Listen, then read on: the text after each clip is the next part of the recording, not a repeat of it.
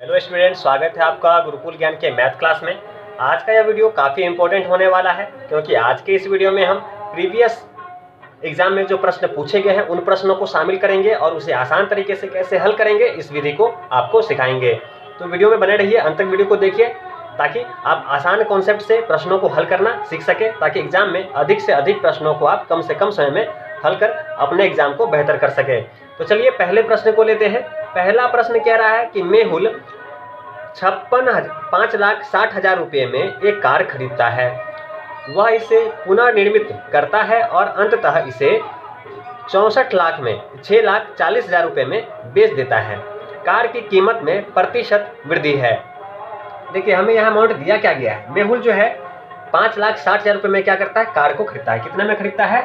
5,60,000। 5,60,000 में क्या करता है, कार को खरीदता है और उसे रिपेयर कर पुनः इसे कितने में बेच देता है? 6,40,000 में। कितने में? 6,40,000 में रिपेयर करके उसे पुनः बेच देता है। तो हम देखते हैं कि वह खरीदता 5,60,000 में है और बेचता 6,40,000 में है।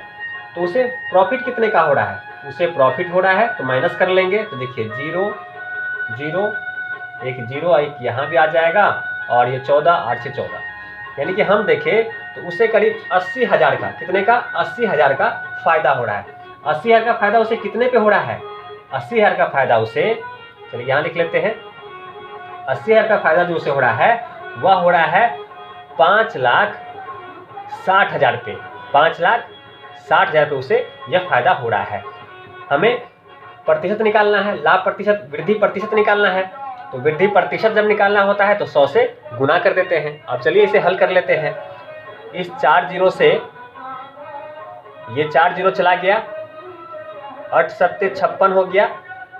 अब 100 में 7 से भाग करेंगे। 100 में क्या क्या हमारे पास डाटा? 100/7 प्रतिशत। देखिए ऑप्शन में हमारा 100/7 प्रतिशत है और यही क्या हो जाएगा, हमारे इस प्रश्न का क्या हो जाएगा? आंसर हो जाएगा। क्या हो जाएगा? हमारे इस प्रश्न का आंसर हो जाएगा, जो कि ऑप्शन में दिया गया है। तो हमें यह मालूम चल गया कि कितने प्रतिशत की वृद्धि हो रही है कीमत में? 100/7 प्रतिशत की उसकी कीमत में, कार की कीमत में वृद्धि हो रही है। तो काफ़ी महत्वपूर्ण प्रश्न था। यह जो प्रश्न है आपका SSC GD 12 जनवरी 2023 को फर्स्ट शिफ्ट में पूछा गया था। तो काफ़ी इंपॉर्टेंट क्वेश्चन है। तो चलिए इसी प्रकार के इंपॉर्टेंट क्वेश्चन को लेते हैं जो पहले के एग्जाम में पूछे जा चुके हैं। तो लेते हैं दूसरे प्रश्न को और उसे हल करते हैं। अगला प्रश्न हमारा है, प्रश्न कह रहा है कि आकाश अपनी साइकिल से अपने घर से स्कूल तक की दूरी 3 बराबर भागों में क्रमशः 5 किलोमीटर प्रति घंटा, 10 किलोमीटर प्रति घंटा और 15 किलोमीटर प्रति घंटा की गति से तय करता है। आकाश की अपने घर से स्कूल जाने की औसत गति क्या है? तो देखिए हमें दिया क्या गया है, पहले उसके 3 गति दिए गए हैं जिस गति से वे अपने घर से स्कूल जाता है। एक 5 किलोमीटर की स्पीड से, दूसरा 10 के और तीसरा 15। 3 स्पीड से वह यह दूरी तय करता है। तो कुल दूरी निकालने के लिए हम क्या करेंगे, इस तीनों का एलसीएम लेंगे। जब तीनों का एलसीएम लेंगे तो हम देखते हैं आता है कितना? 30। कितना आएगा? 30 आएगा। कितना आ जाएगा? 30 आ जाएगा। ठीक है, ये हमारी कुल दूरी हो गई। 5 के स्पीड से 30 किलोमीटर की दूरी तय करेगा तो कितना समय लग जाएगा? 6 पंचे 30, 6 का समय लग जाएगा। 10 से चलेगा तो 10 या 30, 3 का समय लग जाएगा। और 15 के स्पीड से चलेगा 30 किलोमीटर कितने टाइम में कवर करेगा? 15 दूनी 30, 2 में कवर कर लेगा। तो यह हमारा समय हो गया। तो कुल समय हम देख रहे हैं, कि कितना लग रहा है? 6 3 9 2 11, 11। यह हमारा क्या हो गया? हमारा यह समय हो गया। क्या हो गया? हमारा यह समय हो गया। कुल 11 का समय लग रहा है। हमसे प्रश्न पूछ रहा था कि स्कूल जाने की औसत गति क्या है? स्कूल जाने की औसत गति क्या है? देखिए हमने कुल जो दूरी निकाला है वो कितना है? 30 है। और कितनी? 3 स्पीड से जाता है तो गुना कर देंगे 3 से। कुल समय कितना लेता है? 11 का समय लेता है, भागा कर देंगे 11 से। तो हम देख रहे हैं कि 90/11 आ जाएगा। 90/11 आ जाएगा, जिससे हल करेंगे तो हमारा क्या जाएगा? 8.2/11। और यही क्या हो जाएगा? हमारे इस प्रश्न का आंसर हो जाएगा। यही क्या हो जाएगा? हमारे इस प्रश्न का आंसर हो जाएगा। काफ़ी सरल प्रश्न है, काफ़ी मज़ेदार प्रश्न है। इस तरह के प्रश्नों का अगर अभ्यास करके रखेंगे, अभ्यास किए रहेंगे तो आसानी से एग्जाम में इस तरह के पैटर्न पे बनने वाले प्रश्नों के उत्तर आप दे पाएंगे। काफ़ी इंपॉर्टेंट क्वेश्चन है और इसी पैटर्न पे आधारित प्रश्न एग्जाम में बार बार पूछे जा रहे हैं। अतः इस प्रकार के प्रश्नों का अभ्यास करना अति आवश्यक है। इसलिए महत्वपूर्ण प्रश्नों को चुनकर आज इस वीडियो में हम आपको उन प्रश्नों का हल कराएंगे जिस पर आधारित प्रश्न एग्जाम में पूछे जा सकते हैं और पूछे जा रहे हैं। तो चलिए इसी क्रम में लेते हैं अगले एक और महत्वपूर्ण प्रश्न को और उसे हल करते हैं। अगला प्रश्न हमारा है, प्रश्न कह रहा है कि एक बल्ला 750 रुपये में खरीदा जाता है और 8% की हानि पर बेचा जाता है, इसका विक्रय मूल्य क्या है। देखिए इस तरह के प्रश्न मैं आपको पहले के वीडियो में भी करा चुका हूं। अगर आपने पहले के वीडियो देखे होंगे तो इस प्रश्न को आप आसानी से हल कर सकते हैं। अगर आपने पहले का वीडियो देखा है तो वीडियो को पॉज करके इस प्रश्न का उत्तर खुद देने का प्रयास करें, इसे हल करने का स्वयं से प्रयास करें।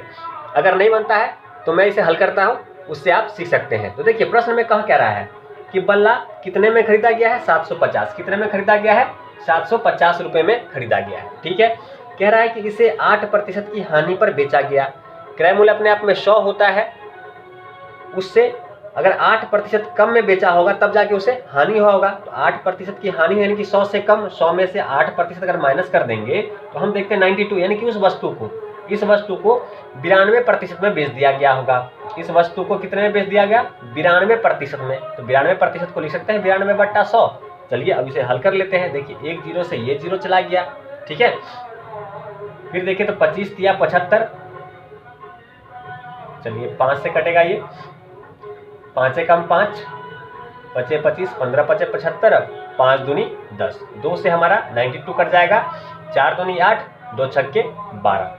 इस दोनों को हम गुना करेंगे, तो हम देखते हैं हमारे पास कितना आ जाएगा, 690। कितना आ जाएगा, 690। ये 690 रुपये क्या होगा, 690 रुपये क्या होगा, उस वस्तु का क्या होगा, विक्रय मूल्य हो जाएगा। क्या हो जाएगा, उस वस्तु का विक्रय मूल्य हो जाएगा। और हमारे इस प्रश्न का उत्तर भी 690 रुपये हो जाएगा। प्रश्न में कुछ नहीं करा था, एक बल्ला 750 में खरीदा गया है, उसे 8% हानि यानी कि 92% में वस्तु को बेच दिया। इसका 92% हमने निकाल लिया, आंसर हमारा आ गया है। तो काफ़ी मजेदार प्रश्न है और इस प्रकार के प्रश्न एग्जाम में पूछे जा रहे हैं, इसलिए मैं उन्हीं प्रश्नों को लेकर आ रहा हूँ जो एग्जाम में पूछे जा सकते हैं या पूछे जाने की संभावना होती है। तो चलिए, आपको अगर थोड़ी भी यह वीडियो हेल्पफुल लगती है, अगर आपको थोड़ी भी यह वीडियो सहायक सिद्ध होती है तो चैनल को सब्सक्राइब अवश्य कीजिएगा, वीडियो को लाइक अवश्य कीजिएगा। प्रत्येक रात 9:21 पे वीडियो अपलोड होता है। नोटिफिकेशन पाने के लिए साथ में बने बेल नोटिफिकेशन को ऑन कर लीजिएगा। तो चलिए इस वीडियो में एक और महत्वपूर्ण प्रश्न लेते हैं और उसे हल करते हैं। अगला प्रश्न कह रहा है, एक दुकानदार सभी कपड़ों पर 20% की छूट देता है और नगद भुगतान करने वाले ग्राहकों को 5% की और छूट देता है। एक ग्राहक को एक जैकेट के लिए नगद में क्या भुगतान करना होगा जिसका अंकित मूल्य 7,200 रुपया है। तो देखिए हमें यह मालूम है कि उस वस्तु का अंकित मूल्य 7,200 रुपये है, ये तो हमें मालूम है। कंडीशन ये है कि कपड़े पर 20% की छूट देता है, यानी कि 20% का छूट देगा, यानी कि 80% में वस्तु को बेच देगा। तो लिख सकते हैं 80/100। इसके बाद कह रहा है जो नगद भुगतान करेगा उसे 5% का और छूट मिलेगा। उसे कितने का, 5% और, यानी कि 95% लिख सकते हैं इसे। तो 95/100। चलिए अब इसे हम हल कर लेते हैं। देखिए हल करेंगे तो 2 जीरो से हमारा 2 जीरो ये चला गया, 1 जीरो से हमारा 1 जीरो ये चला गया।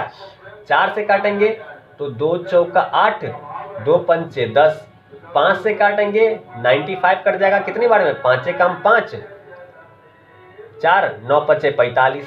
ठीक है, अब इधर कुछ नहीं बचा। अब 72 गुने 4 गुने 19। जब इसे हम गुना करेंगे तो हम देखते हैं हमारे पास जो डाटा आता है वो 5, 4, 7, 2 का आएगा।